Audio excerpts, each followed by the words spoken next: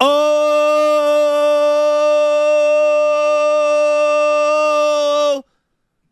baby. I don't know if I have the pipes today to do that. Let me try it. Because your boy's stomach was... You don't need to clean up on Isle Bonte. Dude, the stomach was bad. I'd never heard of norovirus. I get it. And then I hear about 3 other people getting norovirus. No joke. No joke. What is it? What is it? I didn't know what it was. Poisoning. I thought it was a variant of COVID. Yeah, because there's so many strains now. It's basically a stomach. It's basically like stomach virus, stomach ache, food poisoning. You know what I'm going to say here? What are you going to say? Taco Bell. So damn good. So I've done a great job of like working out, I'm very proud of you. But not only that, so damn good.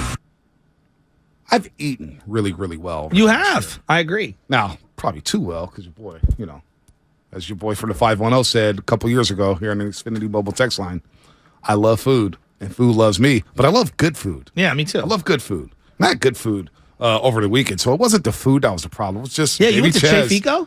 Yeah, how you know? Well, Instagram. Was that on Instagram? Yeah, I think Anna reposted something that Darrell's wife had posted or whatever. Yeah. We had some fun Saturday night. It was good times. Good times. Good vibes. It's a vibe. It was good vibes. Very good vibes. Shout out to 2 Chainz. The Warriors, are not vibing right now. No, they're not. They're not. 2 Chainz would say it's not a vibe. I miss Anthony Slater at Chase Center because whenever the Warriors are struggling, I will walk into the media center and Anthony Slater's sitting right there. He has this nice little smile on his face. What's up, man? What's going on? And it's just I thought I was coming into a commercial for a second. Food up. I like texting Slater about the Dolphins and Bills. It's a nice conversation. He was telling me about the line movement between the Bills and Dolphins. It went from 11 to 9. The Dolphins. We're here. Wait 1 second, Slater. 11 to 9. You're a Dolphin fan. Just real quick, do you want Tua to play this weekend? Why wouldn't he? Well, because of the concussions. See, you got me in public right now. You're putting me on public record asking me this question. Yeah. If you want to ask me this question via text message, I'll give you my real answer. So give us the fake answer. My public answer would be like, no, they should probably, worry about his safety. That's a good answer. That's a great answer. Let me start here. There's no snow. There's no snow in Buffalo. Going to be 20 degrees Sunday morning as the Dolphins take on the Buffalo Bills as they limp into the playoffs. That means it's not Buffalo. By the way, shout out to my guy Diego real quick. Slater, you'll appreciate this. You like to keep your eyes on the gambling world. Shasky's new to the gambling world. My boy Diego, section 227, had a parlay in. And the final leg of that parlay was the Dolphins to cover the 3.5 against the New York Jets. They were up 9-6. That safety at the end of the game helped them win $800. So shout out to Diego. Shout out to the Dolphins for coming up with that safety, Anthony. That's a good bet. That's a hell of a hitter. That's the opposite of a bad beat. That's a great win. Yeah. And the biggest surprise on that question is that Shasky's new to the gambling world. I don't gamble.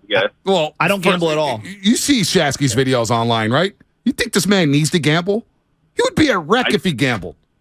It just struck me as like he was throwing 14 parlays at the age of 9. You would think. No. You would think he's a know how I know-it-all. lose my money? I lose my money on real estate property taxes. That's how I'm losing because I just made another payment. What a flex. Yeah, I'm sick of it. What a flex, Anthony. I mean, come on, geez Louise. Anthony, speaking of guys that are getting paid way too much, and I'm not talking about the state, Andre Iguodala coming into that game last night in front of Jordan Poole, what was that? Like, honestly, what was that? I think it was just like he wanted to get he came in for Looney. What surprised me is the game before he did that, but it was for Wiggins, so it was just a 1-for-1 sub. I don't know. I mean, Poole still played. Like, look at the minute totals. Jordan still played double Iguodala's minutes probably. So just part of the rotation, I guess, getting Andre a little run. He looks finished, though. Like, am I tripping? Because, like, if you're asking me today, and sincerely, not resume. His resume speaks for itself. Yeah. Who can help this team win games right now? Like, if you're saying, Joe, it's between Anthony Lamb and Iguodala, and I'm just picking Anthony Lamb because he's gone on a two-way right now. Like, Anthony Lamb's doing more for this team right now than Iggy, and I don't think that that's an unfair thing to say out loud. No, I mean, but it's been two games for Iguodala after not playing for, he barely played in the playoffs last year. I mean, it's really been a season since he's played like full NBA basketball. So I think they want to give him some time to like kind of break in and see if there's some moments to throw him out there. He was part of that lineup at the start of the fourth that changed the game. Mm-hmm. not shooting. I mean, there are limitations that he's going to have out there, but I don't mind them, trying to find another rotation piece, because they should be searching for another rotation piece because they're light, especially with Kuminga out. Anthony Slater, our 95.7 The Game insider here on the Morning Rush on 95.7 The Game on the Warriors Wednesday, brought to you by Freeman's Appliance, a trusted name since 1922 here in the Bay Area. Visit freemansappliance.com today. Anthony, if you had to give the Warriors a grade through the first 41 games of the season, what would that grade be? Oh man, my work is asking us to do this. They're asking all 30 writers to pick for 30 teams to grade. As of yesterday, when I was supposed to turn it in, I said C. Should I change my grade? Was that worthy of dropping to a C- or D+? Well, then let's pretty bad. Oh, that was before the game. The game. Let's do this exercise then. Who's playing well? Forget what they're great. Who on the Warriors right now is in form, playing well, and has had a good season?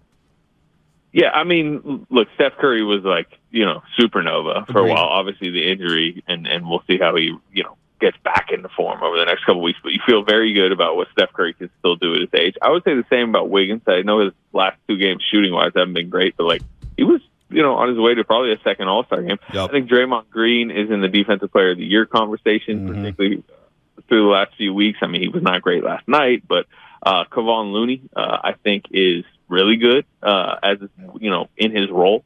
I'd say top 10 defensive center type in the league. Their starting lineup is the best lineup in basketball. I mean, over the course of they've played probably 300 minutes together now, I think. Jordan Poole, we can get to. He's still getting 6th man of the year. I think NBA.com just came out with a survey or whatever, and he was right in the 6th man of the year conversation, despite inefficiency, high turnovers, all that. But I still feel good about their top 6. They are 20-21. The 3-7 start, throttled them a little bit. The back end of the rotation choices, or back end of the roster choices, I should say, I think have handcuffed them a little bit.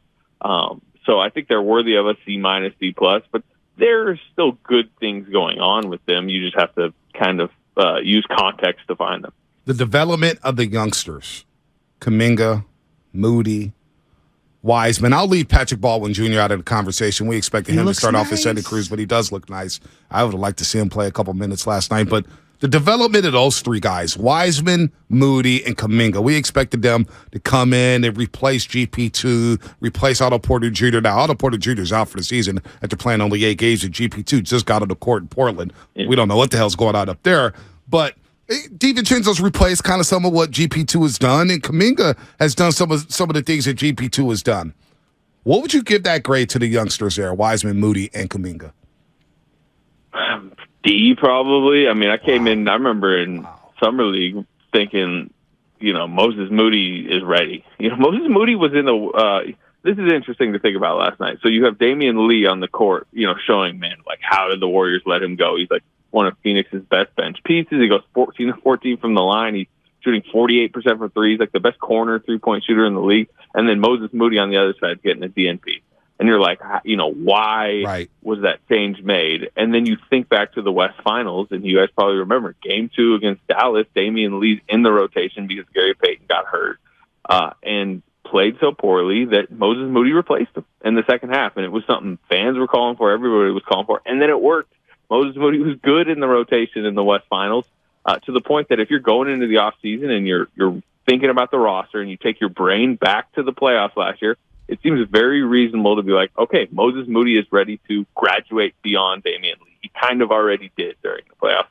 So why is it now that we're, mid of his second season, he can't get on the floor?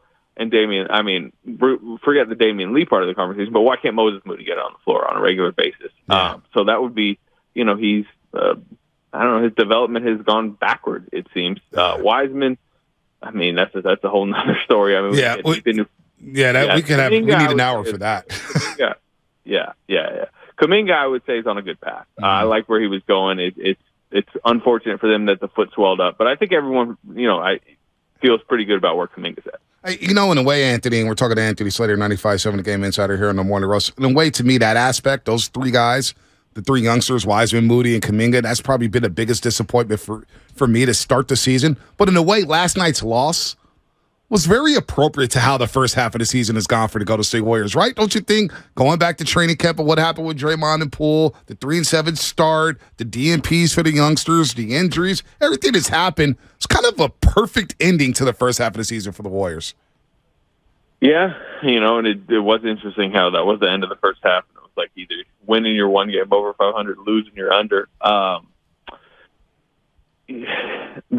What's interesting is Steve Kerr made it a point, I thought, in this post game to not blame the young guys. He's like, look, the vets are on the court. The vets are the one that got popped in the first half. Mm-hmm. They came out at halftime. I mentioned, best 5-man unit. Well, they went against the Suns team without anybody, basically, besides Mikal Bridges.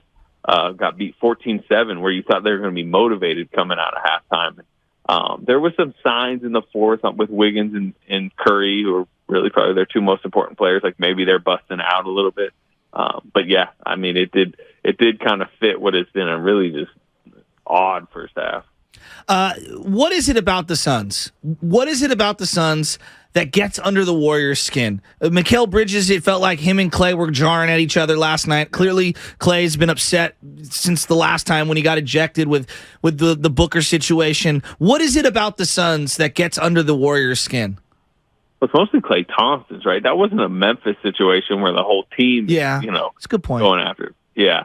And as far as, what's getting under Klay Thompson's skin, I think it's a few things. Number one, Chris Paul's on the Suns, so if you're going to overarching, what bothers them about the Suns, there's check mark number one. Mm-hmm. But the Devin Booker situation from earlier in the year, it's just Devin Booker is ahead of Klay Thompson on the shooting guard pecking order, and I think when Klay Thompson hurt his knee, he was ahead of Devin Booker. I mean, there's all-star spots on the line, and I just think that game earlier in the season that was when Klay was really in a slump, and I just think that aspect of the game frustrated him. And Devin Booker started kind of talking a little bit, and it set Klay off. Last night, similar. And I think the other thing about the Suns that bothers the Warriors a little bit is I just think they look at their regular season last year as a little bit fraudulent in the idea that, the Suns are in their tier as a contender over the last couple seasons, but haven't proven it in the playoffs. And the Warriors almost view themselves in an opposite lens of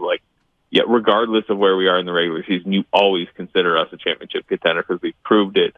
Whereas on the flip side, doesn't matter what the Suns do, they haven't proved it. You guys remember when the Phoenix beat them late last season and then had a workout session out in the open in Chase Center? I think there was a little bit of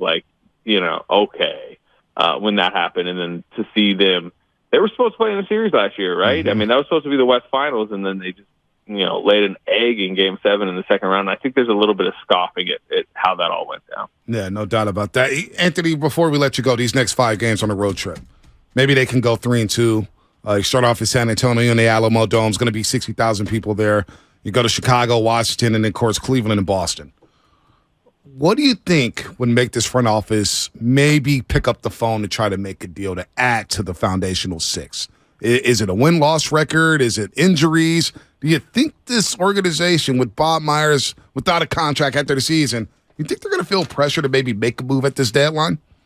Not really, and the people I've talked to, there does seem to be kind of a patient vibe emanating from them, which there typically is. The only time they've made a big in-season move was when they were already dead, a few years ago, that 15-50 season, and did the Russell for Wiggins move. So when they've had a core like this, they've generally, stayed pat. And I think they will explore fringe moves, maybe buyout market, maybe roster upgrades. They will add a 15th before the playoffs once there's a prorated scenario to do that. But I don't think anything big's coming. I just don't. Especially the market's not good. I guess you would say seller's market. I mean, nothing in the league is really going down. What's the biggest trade so far? Noah Vonleh and Gorgie Dang or something. But again, maybe something small at the deadline. But it's just, to me, I'm not sure a 2-3 road trip instead of a 4-1 road trip would just rattle the tables enough for them to just completely reconfigure their core. Sure, they might get a 9th man upgrade, but at this point, I don't think 1 or 2 games on this road trip will dictate that. Man, doom and gloom with the Golden State Warriors. 20-21 to start the season. 41 games in. They lose last night to the Suns. They lose the last 3 on this 8-game homestand after opening up the homestand 5-0. Anthony Slater, enjoy Sunday. Dolphins, Bills. We got Niners, Seahawks. You're the man, Anthony. See you at Chase when you get back from the road. I'll be at Warriors Bills Sunday. Watch it from my laptop. So that should be just thrilling. That will be thrilling. Tua. He wants Tua. All right, Anthony. Have fun, man. Safe travels. Have a good one, buddy. Safe travel. Anthony Slater. I didn't say that, sir. I know you did. I'm just putting words in your mouth. He didn't say it. He texted it. Yeah. No, he didn't text that All right. either. All right, we don't buddy. have his phone number. We're flat. Anthony See you, Slater buddy. is a